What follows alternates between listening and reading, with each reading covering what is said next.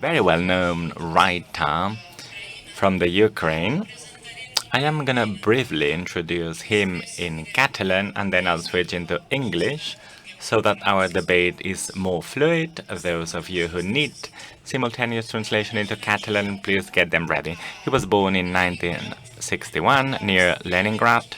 He studied modern languages in Kiev, and he worked in different fields until he became a writer. His first books, as we know, the ones who have read them, are self-edited. Here in Spain, he has been translated, well, many of his books have been translated. One of his first books, with the Spanish title Querido amigo compañero del difunto, was the first one to be published. And then later, the books about the penguin, Muerte con Pingüino in Spanish and Pingüino Perdido.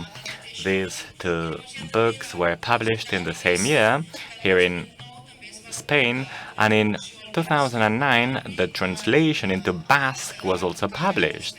Whereas in Catalan, we're still waiting for you in Catalan, Andrei, hopefully. There is one book, yeah. Okay, I didn't. Okay, I don't know. My apologies. So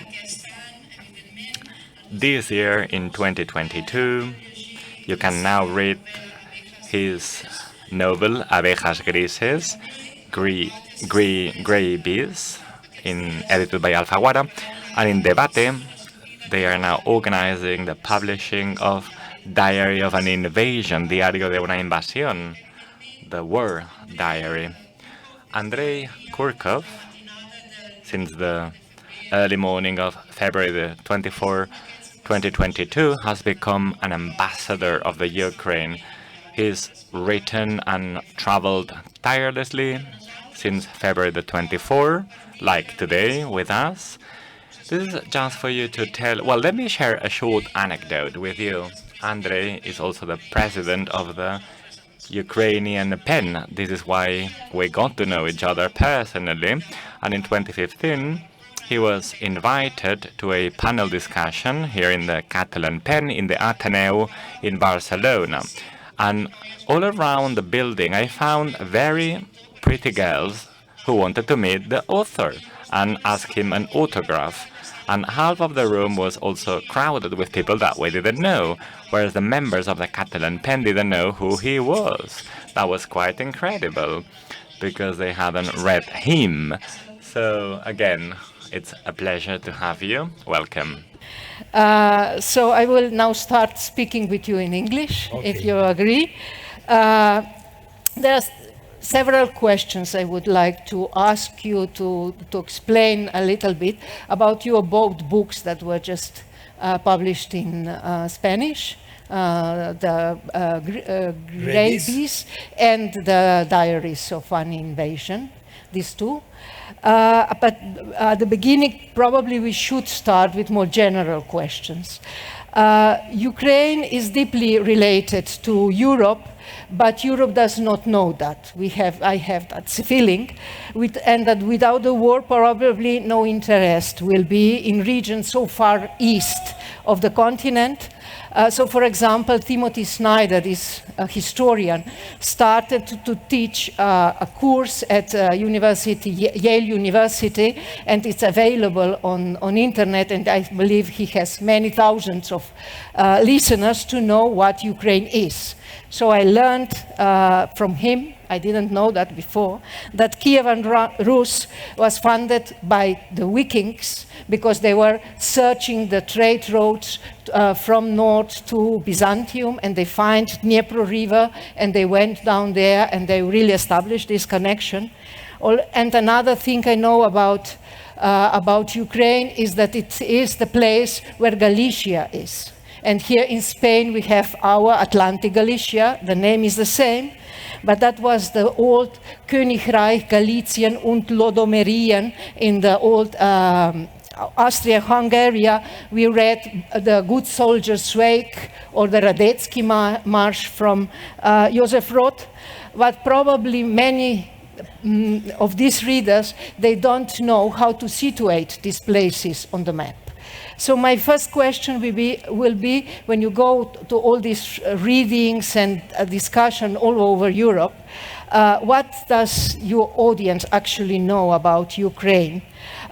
Do we still observe this continent in this black and white picture from the Cold War, which says on the east there's nothing what matters, or Czeslaw Milosz said it's ubi leones, there where the lions live. That was the inscription on the old medieval maps to say, don't go there, it's not interesting. Do you have still this feeling that Ukraine is not well known?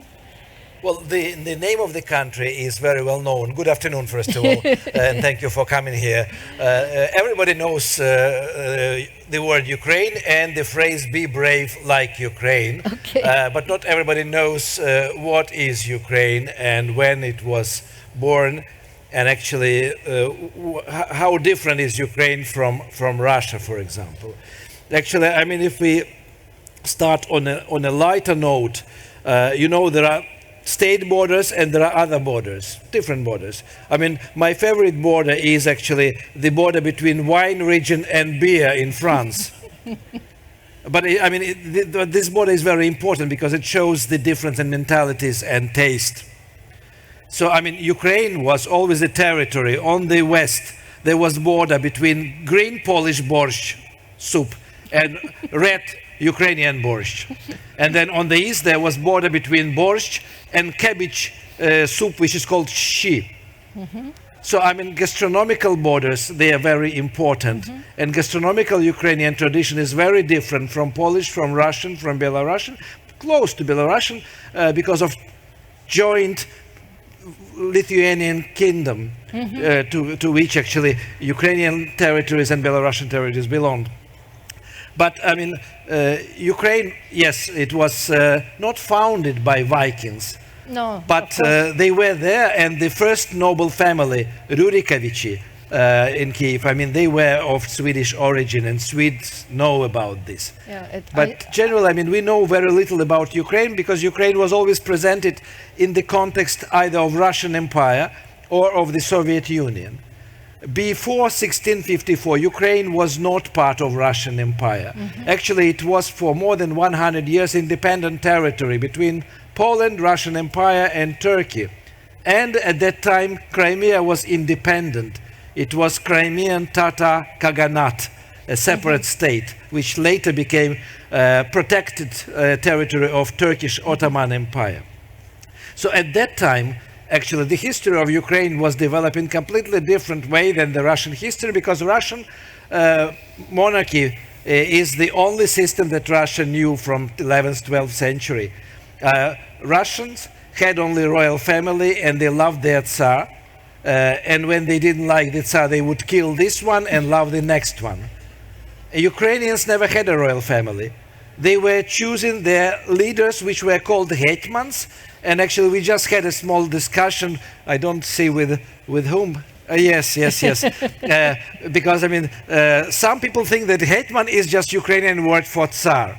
No, hetman was never as powerful as Russian or any other Tsar because he was elected. He was chosen by Cossacks, and 2 or 3 days after the elections, the Cossacks would like to replace him, and they would try to intrigue and to remove him and to put somebody else. So, I mean, the Ukrainian traditional organized anarchy starts in 16th century, if not earlier. Ukrainians were choosing the higher officers, choosing the court clerks. So, I mean, there was a very strange democracy. Just like today in Ukraine, there is democracy. I mean, while Putin is in power, we had already 6 presidents. Mm-hmm. Can you imagine? 6 presidents of Russia in 22 years? No, because they remained empire. Because mm-hmm. even in the Soviet time, actually, 5 out of 6 general secretaries of the Communist parties were re-elected until they died, except one Ukrainian, Nikita Khrushchev, who was dismissed and then forgotten and then died. But before that, he wrote wonderful, actually, memoirs. Mm-hmm. If you find time, you could read them to understand how the Soviet system worked. Mm-hmm. So, I mean, we have 2 completely different mentalities. Collective Russian mentality, which became collective Soviet mentality, where people love to do things together, very often hiding their faces and not wanting to be responsible for what was done by the crowd. An individualist mentality, which is very anarchic, but everyone is ready to fight for his opinion. Everyone, including me, thinks that he is right when he says what he thinks. The best proof of actually Ukrainian independent individualist mentality is the fact that we have more than 400 political parties registered in the Ministry of Justice in Ukraine. Because every Ukrainian who wants to go into politics, he decides to start his own party. He looks around, he doesn't like any of the parties because they were started by somebody else with different ideas. In fact, actually, even recently, you could buy a small party in Ukraine very cheaply for local elections. It's better than to register and to wait 1 year before you can use it. So, I mean, you just pay 20,000 euros or 30,000 euros.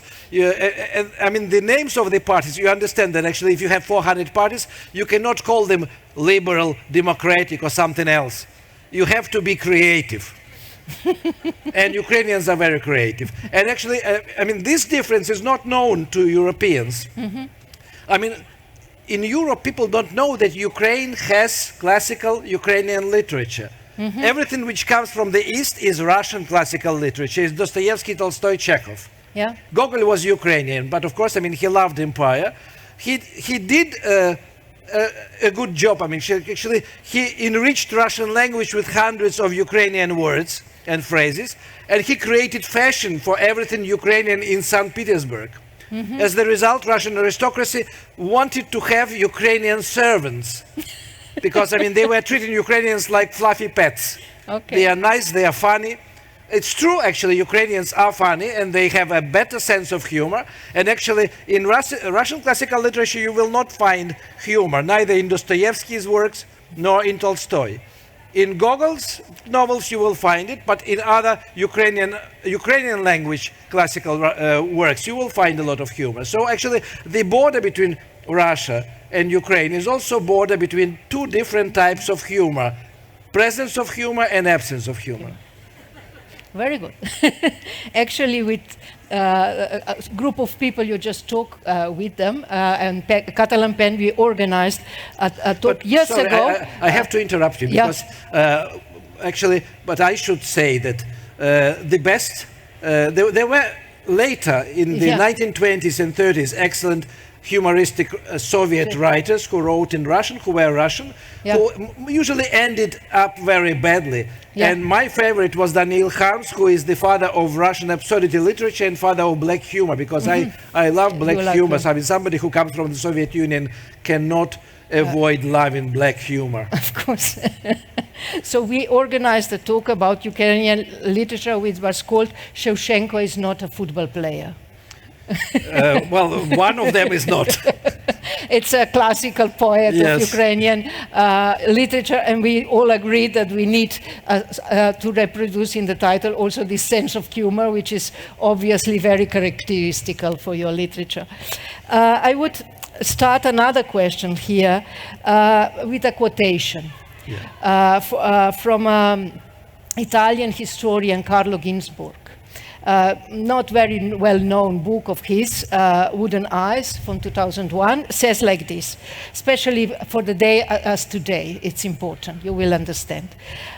What allowed a handful of Spanish soldiers to conquer the empire of Aztecs was, as much as their hegemony in the sphere of communication as their possession of guns and horses.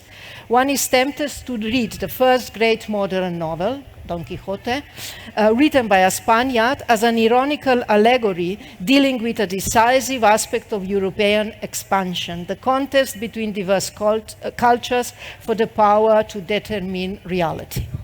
So that is, my next question would be about this power to determine reality. War is provoking a lot of pain, destruction is systematic, methods are extremely cruel, but the war is fought also on symbolic level, because Russia, I believe, tries to produce a story that lasts, a story that connects everything, a story that is convincing and that we should believe from outside. And also in Europe, it's well known that we didn't get over this cult of great nations, necessity of celebrate, or exclude from memory everything what is painful, everything what produces doubts, or even nuances. So you write in your diaries, I quote you, "The owner of the winner creates a condescending and arrogant attitude towards the losers, that is, to those who carry in their individual and collective experience historical trauma." Where we should start to understand this war then? Well, I mean, we can start from 1709, for example. Because in 1654, Ukrainian hetman Bogdan Khmelnytsky, and I should say a few words, I mean, Ukrainian territory before 1654 was independent with elections of hetman, but without fixed borders, because all the borders were front lines with Russia, with Turks and Tatars, and with Poles. And Ukrainians were more usually fighting against Poland because Poland wanted these territories on the west of the country. And in 1654, Bogdan Khmelnytsky asked Russian Tsar for help to fight Poles. This was the end, or the beginning of the end of the independence, because after that, actually part of independence was taken away by Russian monarchy, and then the rights of Cossacks were partially limited, and then the army of the Cossacks was disbanded by Catherine the Great, and they were to choose either to become Russian Cossacks on the border with Northern Caucasus and in Rostov region, or to become farmers. So I mean, we are talking about the process which started in 1654 and ended in 1780 or 78 when the Cossacks were disbanded. But in between, the hetmans still were elected, but they were subject to Russian Tsar. And in 1709, of course, I mean, Russia gave them some kind of privileges, and Hetman Mazepa, about whom we talked just 20 minutes ago, I mean, he was made a landowner in Russia. He was supposed to represent Russian interests, but in 1709 he decided still to fight for Ukrainian independence with the help of Swedish army of Karl XII. Okay. And on the other side we had Peter the Great. Peter the Great, Russian army won. Mazepa had to flee to Bessarabia, to today's Moldova. Yes. And the next thing, what did Peter the Great? He started considering Ukrainians traitors. Quite understandably, yes. And after that, he signed the first decree banning publication of Ukrainian religious books in Ukrainian. And so the Ukrainian books were removed from the churches. This was the first decree against Ukrainian identity. Identity is made out of three elements: language, history, and culture. So the main element which keeps it together is the language. I am myself ethnic Russian. I'm a Russian speaker. I speak Ukrainian without accent. It doesn't matter. But I want to say that the war against Ukrainian language was going on from 1710, 1711. And going back to the question of individualist mentality, this mentality was the reason why Lenin never visited Kiev and never went to Ukraine, because he didn't trust Ukrainians, because he understood that they are not collective. You cannot use them as a power to build communist society. Actually, the assimilation process in the Soviet time and in the Tsarist time was done through the policy of Russification. So if you were changing your language to Russian, you would lose part of your identity. You would more likely become collective. And actually half of Ukraine after collapse of the Soviet Union was representative. Eastern part and partially central was representing typical Soviet Russian collective mentality, and only with the promotion of Ukrainian language, Ukrainian individualist mentality was coming back, removing actually Russian mentality, slowly pushing it back to the border with Russia. And if we didn't have the war, in 20, 30 years' time, the difference between mentalities would coincide with the official border between Russia and Ukraine. There would be no reason for somebody like Putin to say that he wants to defend Russian speakers. I mean, I'm a Russian speaker in Kiev. In Kiev, where I grew up, actually I had only one friend from Ukrainian-speaking family, and this is why I learned Ukrainian when I was 15. I mean, now we have bilingual young people But many people refuse now to speak Russian because of the war, because of the Russian policies. But you asked about... I asked about this... what is not known. Not only what is not known, but because the story that is produced through Russian media or Russian way of looking is so important still for the Europeans. Well, I mean, in Russia, it's interesting that the political elite thinks that they should justify any misbehavior. Actually, I mean, they were justifying their political misbehavior by promotion of great Russian culture for 30 years. I mean, when I was traveling 20 years ago in Germany, in every small town, I would notice a poster saying that tonight there will be a concert of choir of Don Cossacks. So at some point I thought that there are hundreds of choirs of Don Cossacks are singing in Germany at the same time, promoting Russian religious and folk songs. But I mean, Russia was professional to promote its literature, its ballet, its culture, and it was compensating for bad, negative political image. Ukraine was Ukrainian politicians never thought about culture, only in 2015, after the beginning of the war and after annexation of Crimea, they realized that actually culture and identity is something very important, something that can help you to keep country together and defend it and independent. And I mean, in fact, actually, Ukrainians became and becoming more political nation, not thanks to Ukrainian politicians, but thanks to Russian politics against Ukraine. So, I mean, people are consolidated not by their leaders, but by the leaders of the enemy country. You never lose your sense of humor. Well, I don't have many other senses. I will still insist a little bit in these terms on the disability that cultures that come from this imperialistic tradition have to convince us to see us. And quoting again another thinker, it's Walter Benjamin, who probably you know died here on the border in 1940 when he was trying to escape from occupied France to Spain, and he's buried here in a small town on the coast, Portbou, and on his graveyard is written a very important sentence of him saying there is no document of culture that is not at the same time the document of barbarism. So this is one thing that we all probably noticed, which is painful, is that not all over the intellectuals and all writers are actually finding the words or willing to refute, what is happening and to articulate an opposition to this barbarism that we are living here. Culture is sometimes seen like above that, beyond the real world, no? And in opposition, you chosen to speak in name of those who cannot speak anymore or who became silent.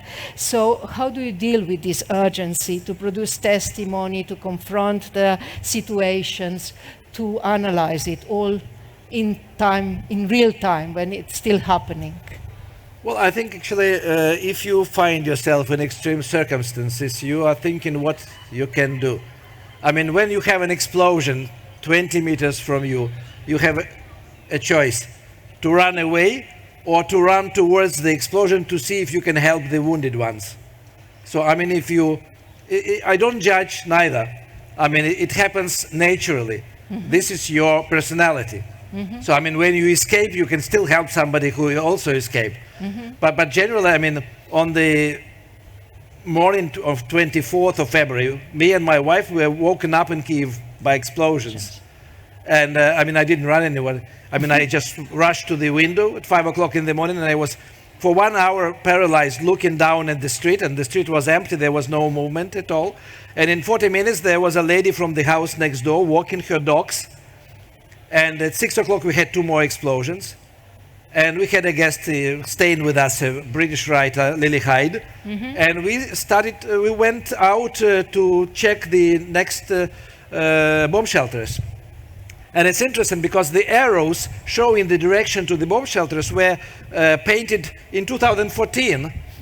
And they became a normality. I mean, on every house there would be a red arrow showing the bomb shelter this way. I never checked any of the bomb shelters because I didn't believe I would need it. And here actually we went to check a couple of them, we didn't like them. Then we went to my friend who is a businessman, he had an office in an old building, and he actually upgraded the cellar to the level of the shelter, and he put in the toilet, so he proudly showed us his bomb shelter. He said we can use it, it's just 2 minutes from our home. But I mean, it still was unbelievable. And then actually I started receiving phone calls, and the journalist, first British journalist, wanted to know what is happening. And I remembered another situation because I sort of co-work with the BBC for many, many years, and we were watching once with my wife news, British news, 10 o'clock news, and there was Jon Snow, presenter, and he was online, on video link with somebody, I think it was in Afghanistan, yeah. And the correspondent in Afghanistan was standing in the empty building without windows, and there was shooting. One could hear the bullets flying, and Jon Snow was asking, what is happening? And this correspondent said, I don't know, I don't know. So Jon Snow was shouting, guess what is happening, guess. So invent, explain. So I mean, I knew what was happening on the first day because I mean, I realized that actually all of Ukraine was bombed. And this is the total war. Mm-hmm. And one should take decisions, but at the same time I started explaining what I thought. I didn't know much, but I was not guessing because I mean I was following the events quite closely, and I was writing texts for international media about the possible war from December last year. But very quickly, I mean, I forgot about the fact that I was writing a novel before, the evening before. Yes. And since then, actually, from this moment, I tried 2 times to come back to writing novels. I failed because to write a novel, you have to cut yourself from the reality.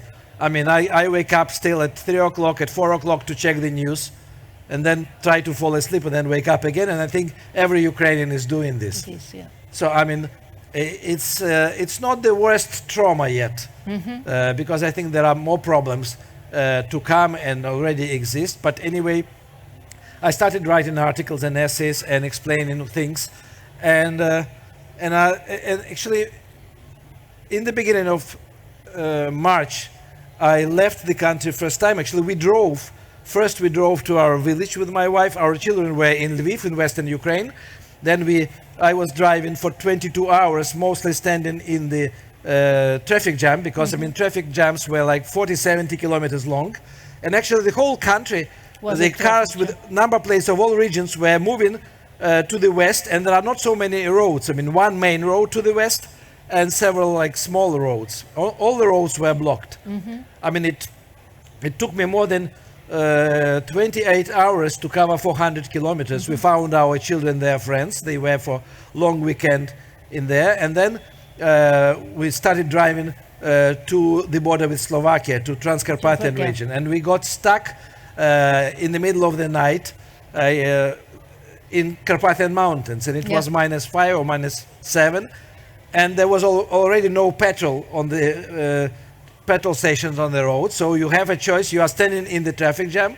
You have a choice of running the engine to have car warm, but wasting your petrol, or accept that you will be frozen, but you are saving some petrol. And this was the first moment I actually understood how Ukrainians react to this tragedy, because I went to the nearest hotel in the mountains.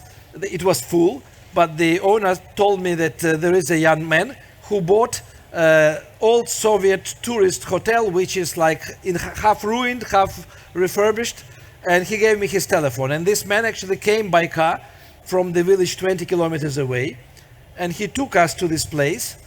And then he went back to the traffic jam, and he brought 20 or 30 more families with children in this house, and he switched on heating and electricity there, and it was dusty, but he brought also towels and blankets, and we could sleep. We could actually spend the night in more or less comfortable situation. And there was a very bizarre situation. I mean, my daughter is quite naughty, and actually she came for this weekend from London. She worked and lived in London. She moved now back during the war back to Kiev. But she said that for 3 rooms we have only 1 roll of toilet paper. And she complained to him. And he took it very seriously. He said, don't worry, I will wake up now the shop owner in the next village. She will open the shop, I will buy toilet paper and I will bring it. And I stopped him. I said, don't be stupid. I mean, we can unroll this and make 20 small rolls from this roll of toilet paper. And this was very typical because, I mean, in the end, in several days' time, we were given key from an apartment by old lady whom we didn't know in Uzhhorod, and she moved to live with her daughter's family. And we were occupying her apartment for almost 5 months. So, I mean, this war, I mean, it not only destroys the cities, the lives, but it also sort of opens people, because you immediately see actually who is who, and actually majority were trying to help and they were worried about others. And the community, sort of the society of Ukrainians, the nation was not born, because I mean the first time political nation was consolidated during Orange Revolution, but it was not as tragic as this. And here actually people were taking unknown people to stay with them for weeks and weeks and weeks. Beautiful, see. Yeah. Thank you. Thank you so much for this for this explanation about the first hours and days of after the war started. Now maybe we can start to speak also about your novel, about Grey Bees, which was written, I believe, before, no? 2017. 2017, and it's now translated, as I said, into Spanish, so we can all read it. The main character, the protagonist, is a beekeeper, Sergei Sergeyevich. It's like this, or I pronounced it okay or not? Sergei Sergeyevich? Yes. Yes, okay. So what I would now surprise you a little bit, but let me surprise you. This character reminded me to a very secondary character in the Greek mythology. He is a man, Orpheus is very well-known character, no?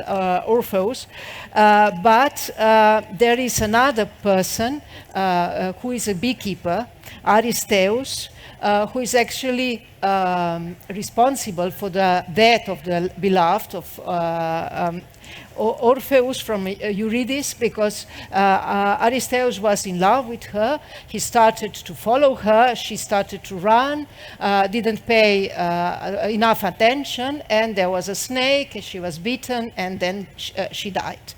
And the way how he was punished by the gods is that his bees become sick and then started to die. And he asked for what to do, had to make a sacrifice to the gods, and this punishment finished. But what is interesting here is that behind this myth is a question.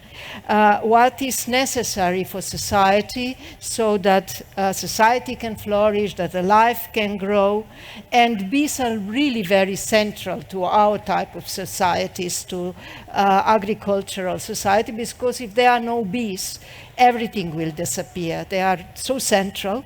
And I find interesting that you thought about the figure which is not representing a poet like Orpheus, not somebody who sings, who is beautiful, who is also out of reach for analysis and critics, because we said already, that ideas are not always innocent or can do a lot of harm, but you paid attention to this Serioja, to this Aristeus, who is against any kind of blind enthusiasm. No? If I should describe it, I would say he does not he doesn't show this enthusiasm that it doesn't matter what I do. He is connected with nature, and nature teaches us the memento mori. No? Nobody is invincible, nobody will last here forever. So the novel starts in winter, terrible winter, goes to summer, but then the summer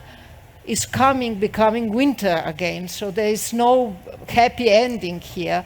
Can you talk a little bit about this relation between the man and the nature, which is in the novel so beautifully described? All the fruit trees, the crops, the landscape. Well, maybe first of all about the main characters. I mean, the story begins in a village in the gray zone between positions of the separatists and Russian volunteers and positions of Ukrainian army.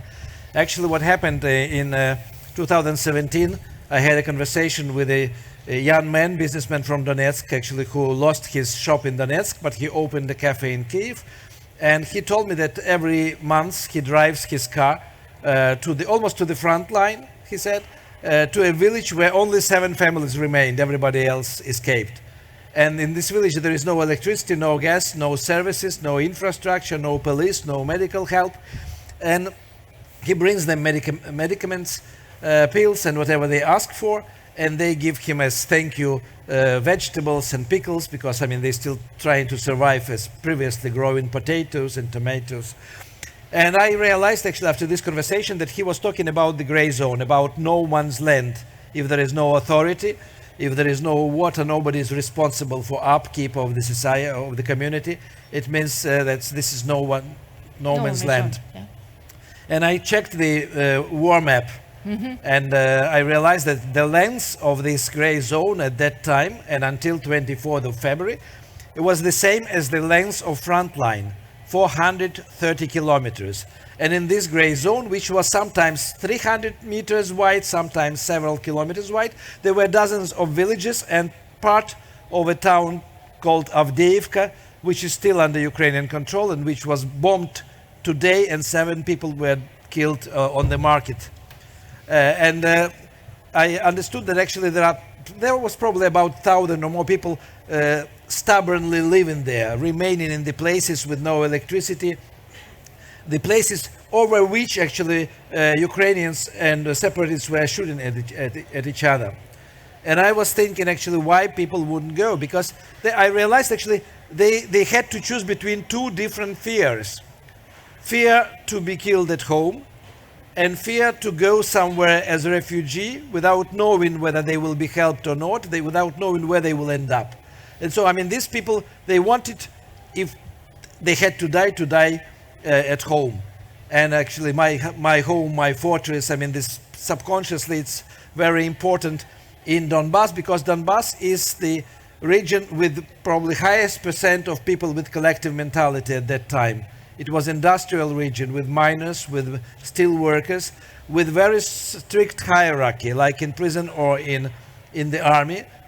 People were politically passive. The local oligarchs would always create regional political party, and the President Yanukovych, who fled to Moscow, he was the head of this party of regions. So, I mean, you have the collective mentality, but because everybody escaped and he remained in the village together with his enemy from childhood, Pashka, he becomes slowly individualist. He becomes independent from the public opinion, from the crowd, from the neighbors.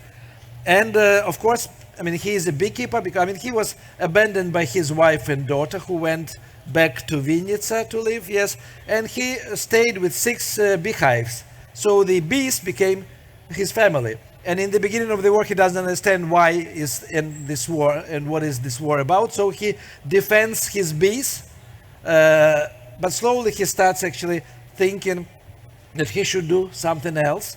And I don't want to retell the whole story, but anyway, he is visited because he lives on the Lenin Street, and his garden faces Ukrainian army positions. So he gets visited by a soldier who is bored, who is watching this village. And when he gives this soldier some honey, from his bees. The soldier complains that the honey is bitter. And then Sergei understands that this is the taste of war, because this is the gunpowder from the explosions falling on the flowers, and then actually the bees are taking this flower and making honey with this gunpowder aroma. And he decides to wait until the spring and then to organize holiday for his bees, to take them to the Ukrainian controlled territory far away from the war, so that they could actually collect pollen from normal fields. And at the same time, actually, he has to deal with his only neighbor, who was his main enemy. And the his neighbor lives on Shevchenko Street. There are only 2 streets in the village. And neighbor's garden is facing separatist position. So the neighbor goes to separatists, and the separatists come to visit him. So, I mean, there is a very strange traffic in which everyone tries to survive. But after the winter, actually, Sergei takes his old Lada and trailer, puts 6 beehives, and with lots of adventures crosses checkpoints and goes through separatist territories to Zaporizhia region, and then even further to Crimea. Yeah. And I decided to have a beekeeper, because beekeepers are never aggressive. In every village, actually, they are considered like wise men. They are very usually nice people. And actually, Donbass was a beekeeping region. And in Donbass, I think they invented this fashion to sleep on the beehives, which apparently helps to calm down your nerves if you are not very fit. Yeah, I found it so funny. That really exists. Yeah, I thought that was an invention. It exists. I tried it, and my friends actually built the bed like this, a special bed, after reading my book. But I also wanted to say that, I mean, we don't think that in fact the honey existed in the world before bread, before people. So, I mean, the natural life was sweet. I mean, of course, it was taken by other insects, by bears, etc. And another thing is actually, of course, Sergei is not educated. He's a simple man with simple judgment, but he is naturally good. He knows what is good and what is bad. And he has a special respect for the bees, because he believes that bees are the only living creatures who managed to create communist society. Because they work hard, they produce honey. Honey is taken away from them, they are not paid, they continue working, they are not complaining. And in this sense, they are very similar to people of Donbass and to him personally. So, I mean, this is another metaphor which is not traditionally used in the literature. Yes. This is, thank you for explaining so many things about your novel, and I really recommend to everybody to read it. But this novel and the motive of it, of Beekeeper, reminded me painfully of another war. I actually already lived here in Bosnia, in Balkans, because I am born in Slovenia, as many probably know here. The writer is Goran Simic, and he wrote this poem which is called Father and Bees, about what happened in Srebrenica, which happens to be very near to his home village. And I thought that before we start to talk with the audience, we will have time for 2 or 3 questions. I would ask you to read a fragment of it in English, and probably while you are preparing your reading, I will read it for the audience in Catalan, so that you don't need to listen the poetry with your translation. El pare i les abelles. Explica una mica com el seu pare era un heroi de guerra i com havia també criat les abelles tota la seva vida. I després diu, Goran Simic es troba al Canadà, està exiliat, viu fora, i explica això.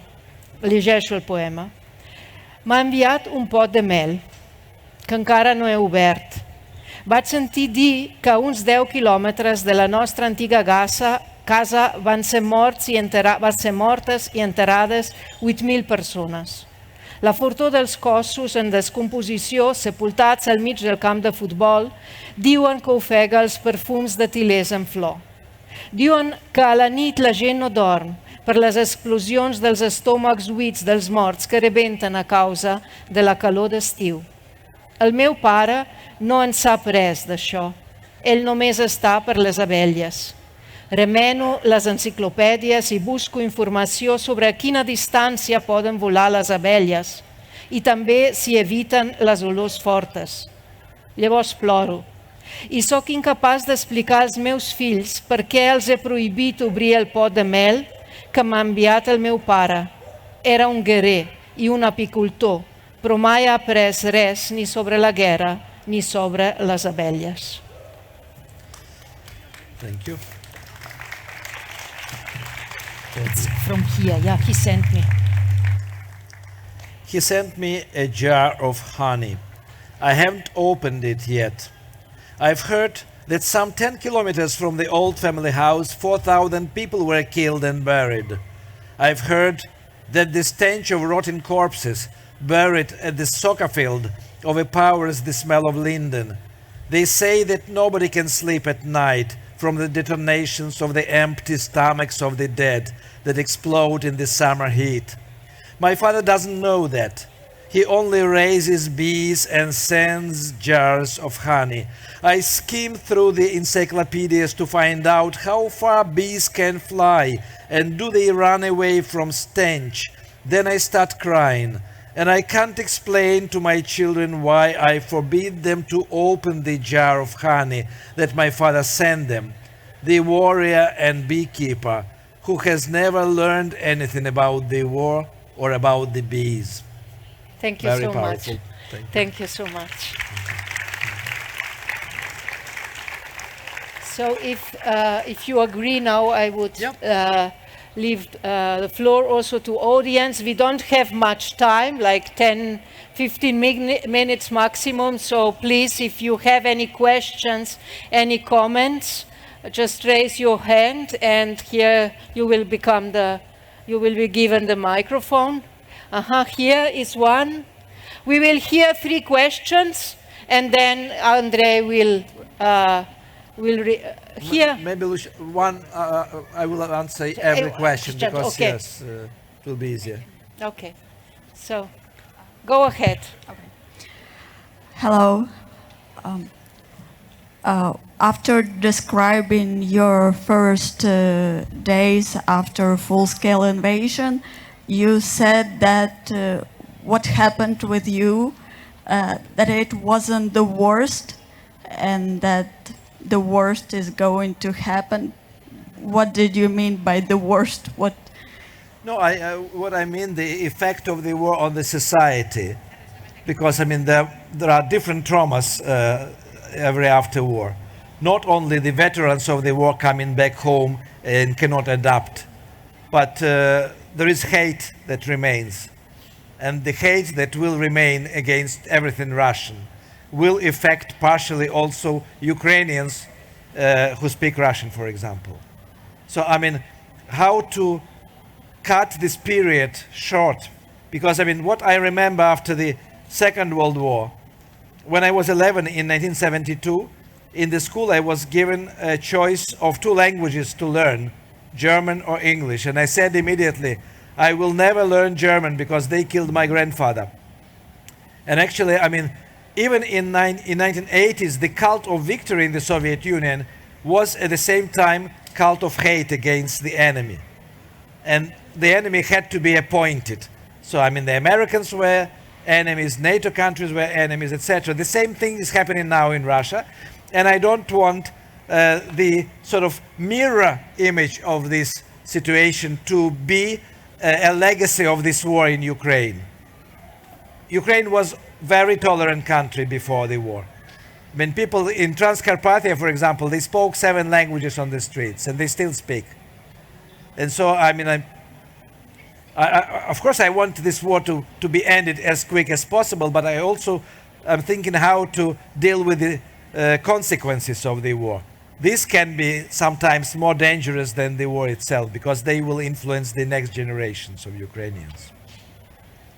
Thank you. Thank Another you. question? Just raise your hand.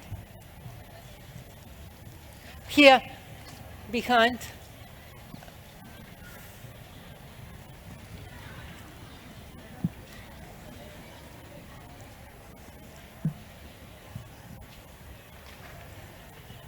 Hello. Hello. Thanks for the speech. It was really very pedagogical. I have a question that I have had for a long time because I have friends from Luhansk who are Russian but support the Ukrainian cause because they say that they live very happily there until the people like Gherkin arrive, no? And I wanted to ask you, what do you think? Do you think that if Ukraine had joined the European Union as Poland, Estonia, Latvia, then all the conflict wouldn't have occurred because Donbass would have been much better off inside Europe and all the problems with the Russian imperialism wouldn't have occurred? This is my question. Thank you. Well, it's a good question. Thank you very much, because in fact, I don't think actually Ukraine was fit to join European Union just like Poland, because Ukrainian politicians never cared to integrate different regions. And the Ukrainian cultural space and information space was always smaller than geopolitical space. I mean, there were regions under influence of other countries, and especially under influence of Russia. And politicians, for example, from Kiev, didn't bother to integrate Donbass into the Ukrainian context. So, I mean, Donbass was ruled by local mafia, by local oligarchs, by local politicians who had their own interests. In fact, they were not pro-Russian. They just didn't want to share the industries, neither with Russians nor with Kiev. But I mean, it had a very negative effect. I mean, Crimea was always under Russian influence, because after independence of Ukraine, Crimea was ruled by the communist government as an autonomous republic. And then actually there was a cult of royal family created not without help of Russia. So the main souvenir from Crimea would be a photo album with photographs of Nicholas II and his family, etc. So I mean, unfortunately, in this situation too, there is a guilt of previous generations of Ukrainian politicians who were post-Soviet politicians and who couldn't actually imagine the future of Ukraine. They were only reacting to today's problems, but at the same time thinking more about themselves than about the country. In the future, I think, and in the nearest future, if we have, and I hope we will have, fit politicians to rebuild the country after the war, it will be much easier to consolidate the nation, consolidate the regions, and to have united society with which you can go into Europe, because everyone will be representing Ukraine, first of all, and not their region or their ethnic origin. Thank you. We can take another questions or two. Here, please, Mike. Yeah, it's coming.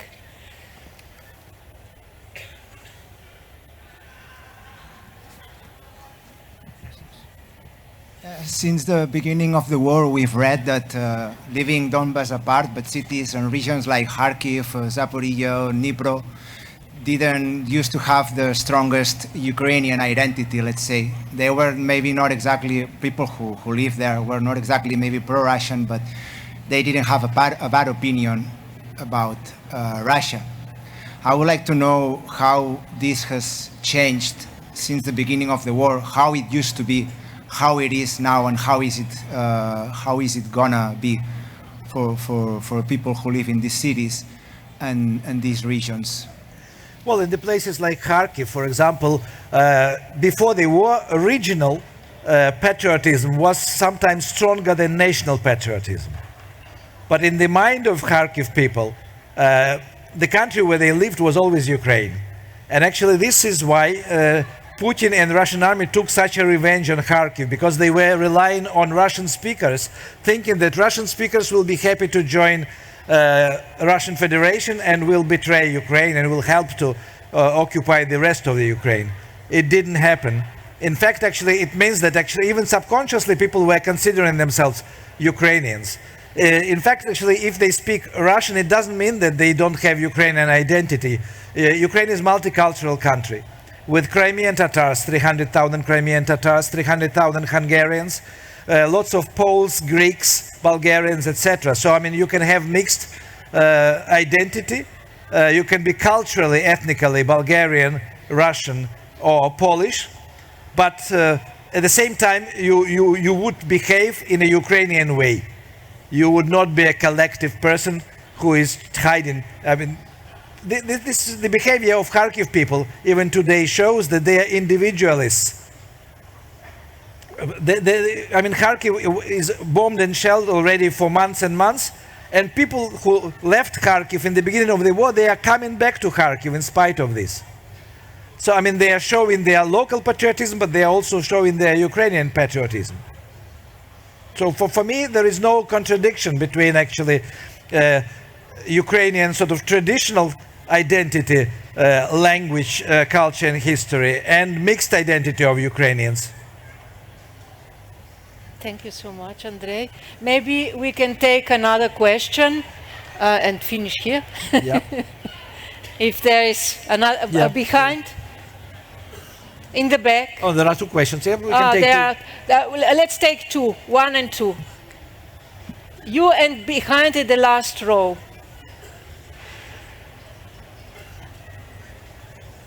We don't hear you. Hola. If it is true that Bulgakov, sorry for my pronunciation, is forbidden in Ukraine. No. There is... I have friends from Russian part, they told me so. Well, maybe they told you also that Russian language is forbidden in Ukraine. No, they told me this. They told me this, but they felt a second class of people. Well, I'm a Russian speaker. I consider myself first class of people in Ukraine. Bulgakov is not banned. There is a discussion provoked by ex-Soviet Writers' Union of Ukraine. They wanted to close down Bulgakov's museum. Bulgakov was born in Kiev and grew up in Kiev until 1919. I mean, there is a group of people who want to close down Bulgakov Museum and to give the building for the museum of a choir master, Alexander Koshets, also from 1920s, a personality. But I don't think it will happen. And there is a big discussion. There are sometimes very heated debates whether Bulgakov was pro-Ukrainian or not. He is accused actually of stating or writing, not saying, but his characters in the White Guard were making fun of Ukrainian army, which was fighting at the same time during the Civil War against Bolsheviks, against anarchists and the White Army. Sorry, he was typical Ukrainian because it's also told he was very anti-Stalinist and criticizes very much the Soviet system. Well, I mean, the issue is that he wrote in Russian, of course, and this is also a feedback or backfire and reaction of some Ukrainian ultra activists and nationalists towards everything Russian, because I mean, we have people actually who don't like anything Russian, and we have people actually who, even among Ukrainian speaking intellectuals, who defend Bulgakov and defend Gogol. So it's ongoing debate, but there are no political decisions to ban his books or to close down his museum. The museum is open and still working. Thank you very much. Yeah. Maybe, well... One more, there was young man. Young man in the last row. Yeah? Yeah. And then we have to leave space for the next session. Sorry. Hi. I actually went to high school in Ukraine for 4 years, and so I've been following you for a while, so it's an honor to finally hear you speak. My question is about the role of higher education institutions in the continued war effort. particularly my university, because of the small Ukrainian population, hasn't done a whole lot. But given your involvement in institutions over the course of the last 8-9 months, I'm curious your reflections on that topic about the role of higher education institutions and what they can be doing more. Well, I mean, the students, as always, remain the most active part of society and probably the most active readers, and they love to download pirates' books for free. That's why Ukrainian writers cannot sell many books. But generally, I mean, there are universities which have very high reputation, and that the influence in the civil society. In Ukraine, civil society is stronger than political elite, stronger than the government. That's why politicians are afraid of street protests, because Ukrainians are always ready to organize another Maidan if they are not happy about something.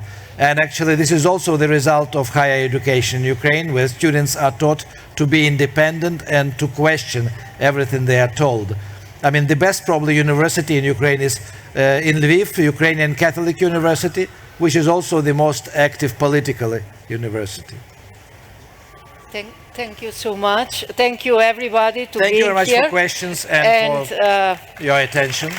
Thank you so much.